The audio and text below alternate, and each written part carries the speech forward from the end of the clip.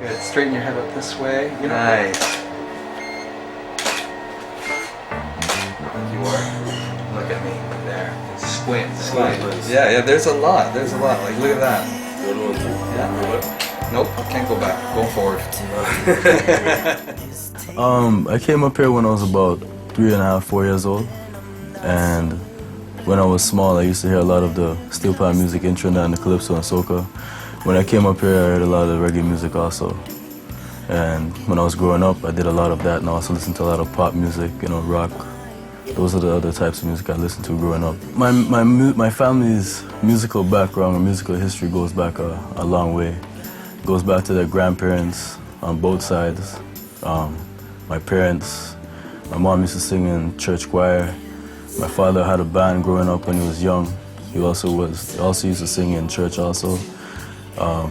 When they moved to Halifax at a young age, my father had a band there also where he used to play. They played a lot of contemporary pop and rock at that time because it was versatility, right? Because that's the music that they listened to growing up also, disco, funk. I was working happily in my little playground called the Mastering Room here in Metalworks.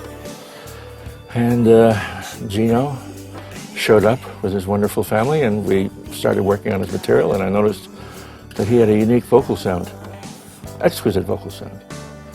And I thought, very nice. It's been a blessing working with Nick Blagona. I actually met him because I was mastering one of my songs in Metalworks Studios in Mississauga.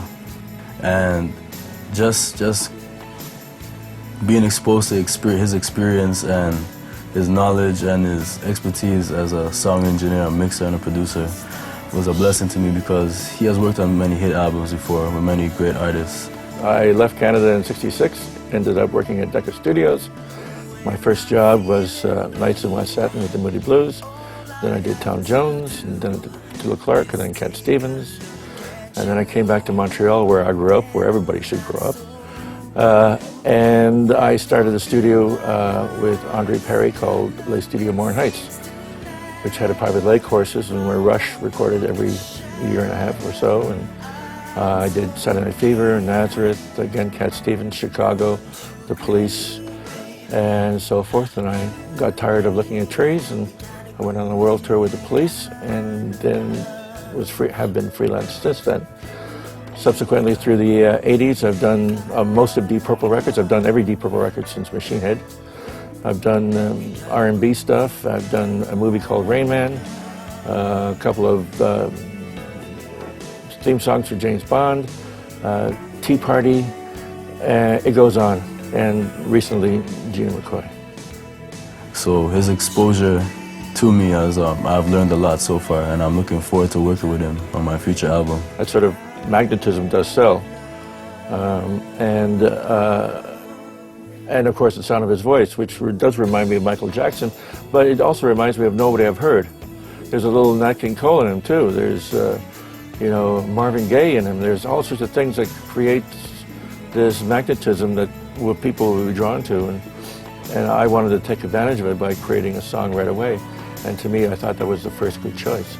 Subsequently, of course, there are other materials that we're looking at, particularly his own, and that's exciting because they're really good songs.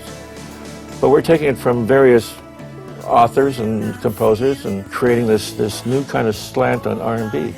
The music took me to basically the World Cup 2006 in Germany. Took me to the World Cricket World Cup in 2007 in the West Indies. I composed songs for both special events.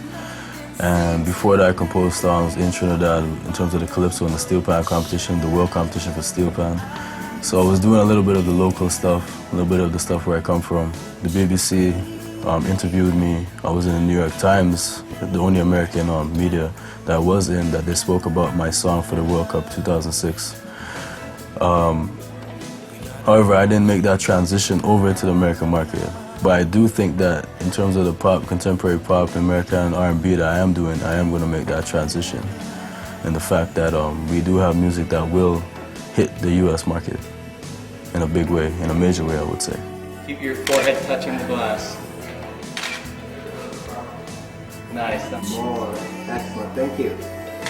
Very nice, Gino. Chin up a little bit. Nice. Right there, wherever you're looking, I love it.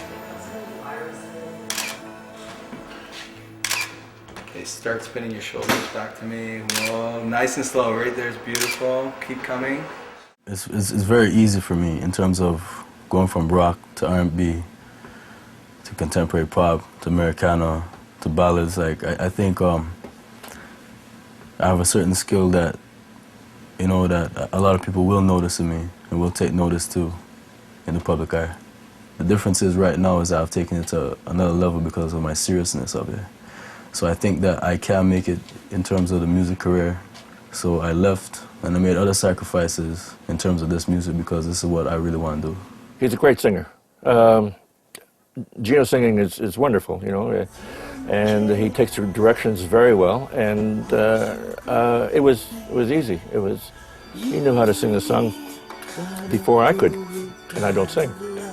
So it was a wonderful experience. I mean, sometimes with other groups and other artists, there are some difficult times, but I think personality-wise, we match up quite well. I think my ideal listener will be the worldwide market in terms of age group will range from teenagers to people in the mid-50s. I want everybody to appreciate my music. We're trying to target different markets and different age groups. I don't want to put a certain limit on my music that only a certain age group or a certain, you know, demographic will listen to my music. I want everybody to listen to my music. Wouldn't you agree, baby, you and me got a groovy kind of love. Anytime you want to, you can turn me on to anything you want.